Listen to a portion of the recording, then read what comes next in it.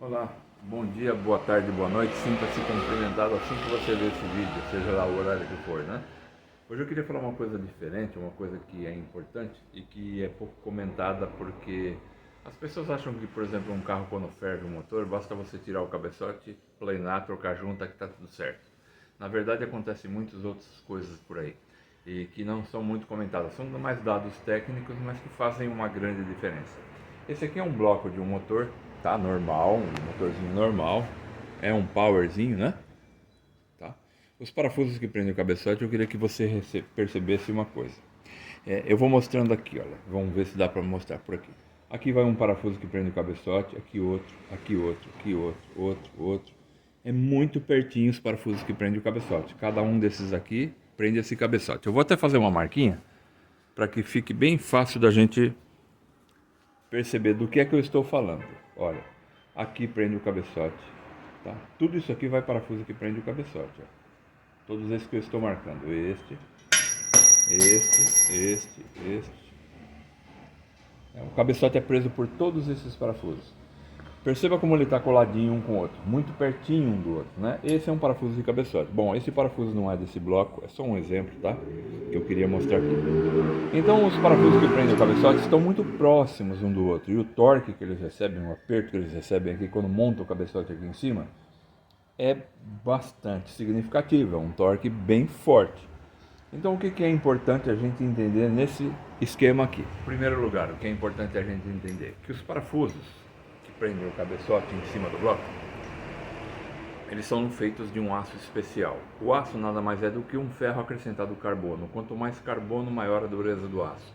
Assim nós temos a dureza Brenner, que chama, e temos o aço C45, C50, C60, aços para ferramentaria, que são um outro código, mas enfim, quanto mais carbono, mais duro o aço.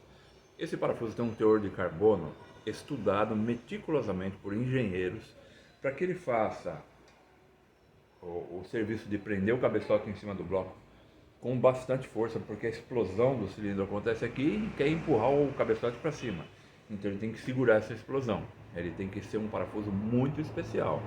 Ele segura a explosão, ele é muito forte em termos de aço, mas ele é um pouquinho flexível também, para que ele não quebre no aperto, no torque. Um aço muito seco é quase como um vidro, você aperta demais ele quebra aqui. Ele tem que ser pouquinha coisa flexível. Então ele tem uma dureza, uma têmpera e uma composição de carbono específica para ser um parafuso de cabeçote. Você pegar qualquer outro parafuso que você encontra no mercado para pôr para apertar cabeçote, não funciona, porque ele não tem esse teor de carbono, essa dureza, essa composição química que tem aqui nesse ferro, nesse aço. Então é importante que ele mantenha essas características. Se ele perder essas características, ele perde a função que ele tem. É muito importante isso. Bom, o que acontece? Quando um cabeçote ferve, quando um carro ferve, eu vou mostrar aqui um cabeçote que não é desse carro também, tá? É só a título de exemplo aqui no final.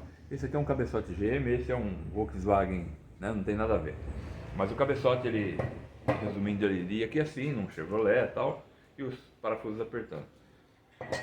Quando o cabeçote ferve e empena, essa superfície aqui do cabeçote, ela empena nesse sentido. Ela levanta aqui no meio e arqueia. O cabeçote que era reto, ele faz isso aqui e arqueia. Bom, a grande questão aqui é a seguinte: como que um cabeçote que está preso com tantos parafusos de tão especial qualidade aqui no bloco pode chegar a empenar, levantar o meio dele aqui para cima se o parafuso está segurando para baixo? E se esse parafuso é tão especial, um aço tão preparado e tão especial? Como pode?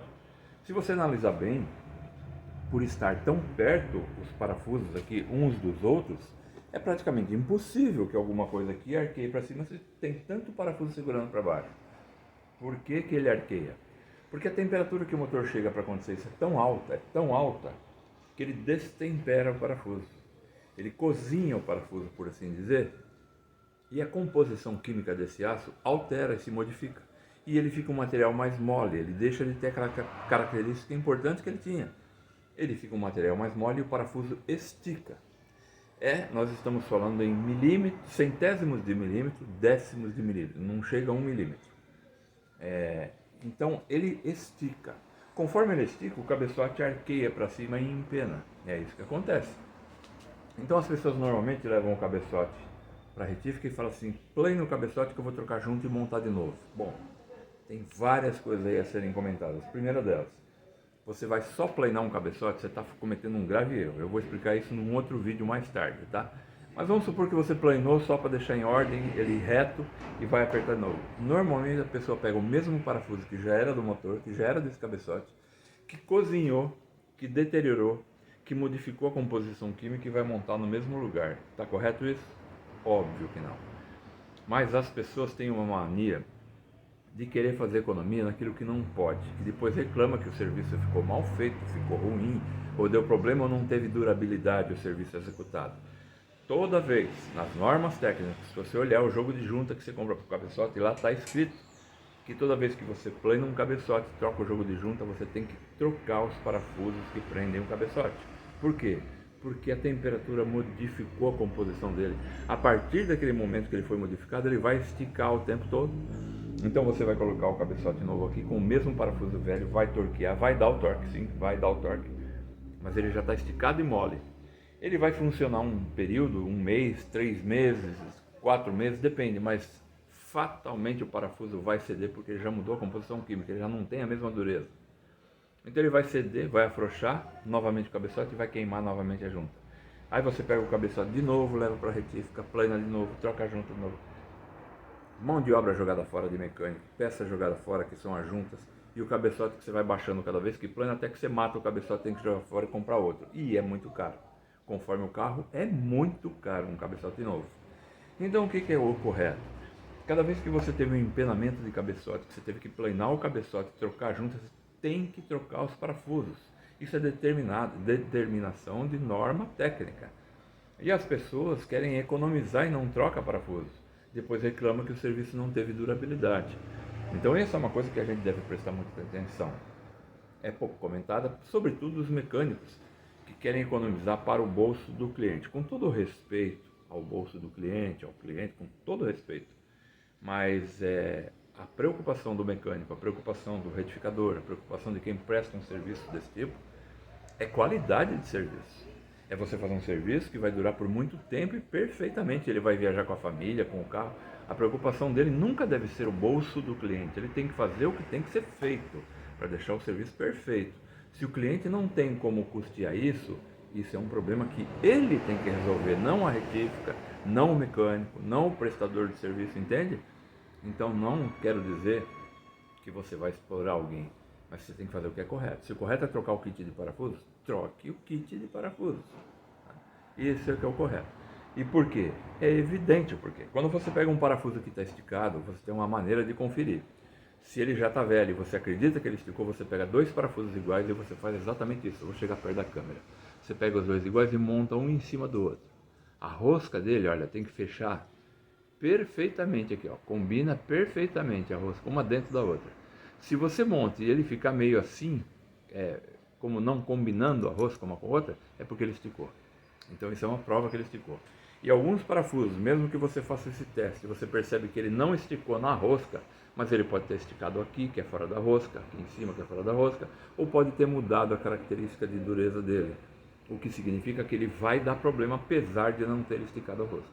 Quer dizer, ferveu bastante o carro, a temperatura foi lá em cima, ferveu muito, tem que trocar os parafusos, assim como o serviço que você tem que fazer no cabeçote, às vezes até no bloco, para planar o bloco e tudo mais. Um dado importante que foge um pouco daqui, mas é importante. Tem muitos carros, como por exemplo esse cabeçote que eu mostrei aqui, que é do Chevrolet, o Corsa, toda essa linha da Chevrolet pequena. O sensor de temperatura fica no cabeçote, que é a parte mais alta do motor. Qualquer vazamento que você tiver de água embaixo, a água vaza, o sensor de temperatura fica no vazio, ele não tem água em volta dele. O carro aquece muito porque não tem água para refrigerar e o sensor não lê nada porque não tem água em torno dele. A água vazou toda por baixo, ele está no alto. Então a pessoa às vezes está dirigindo, o cliente chega aqui na retífica e fala assim: olha, o carro queimou junta, mas ele nem esquentou, eu estava de olho no painel, o ponteiro não saiu do meio. De fato, o ponteiro medidor de temperatura no seu painel não saiu do meio, mas isso porque o sensor de temperatura estava no vazio, não tinha água quente em torno dele para ele ler a temperatura. Se tivesse, o ponteiro daria 2 voltas no seu painel. Essa que é a verdade. Então a pessoa fala às vezes: eu vi a temperatura nem subiu. Ele não está mentindo. ele só está colhendo uma informação equivocada. É que o sensor estava no vazio, mas o motor sofreu um superaquecimento tremendo. E isso empena bloco, empena cabeçote, estraga parafusos, enfim, tem que fazer um serviço muito bem feito para que o serviço fique em ordem e o cliente fique contente viajando com a família com segurança e com tranquilidade. Às vezes até, alguns clientes pensam assim, bom, fiz o serviço ali naquela retífica, naquela oficina que exigiu isso, ficou um pouco caro, mas ficou perfeito. Essa é a conversa que você tem que ouvir. E jamais aquela conversa assim, ficou barato, mas é uma porcaria, não resolveu nada, entende? Então nós que somos profissionais na área temos que optar por uma linha de comportamento. E eu acho que a linha de comportamento é essa, você tem que fazer o que é correto. A preocupação de questão de valores, pagamentos, isso é com o cliente, é a maneira dele cuidar das coisas dele, do carro dele, as finanças dele, mas nós temos que fazer aquilo que é o melhor para aquele serviço que estamos executando dentro de uma qualidade. Se a gente não fizer isso, a gente continua naquela coisa muito mal vista, que às vezes tem mecânicos e tal, falar, mecânico é sempre enrolão. Não, não é verdade. Eu conheço muitos mecânicos que trabalham muito bem, direitinho, são honestos, são corretíssimos, mas eles optam por fazer exatamente o que eu estou falando. Você tem que fazer o que fica bom, o que fica perfeito. Questão de custo é outra coisa. É o que tem que ser feito, tá bom? Então esse é o vídeo para hoje. Amanhã nós vamos falar outra coisa a respeito de empenamento de cabeçote e a questão de só planar ou faz a revisão completa, que é outro fator muito importante. Por enquanto, a gente fica por aqui. Até a próxima.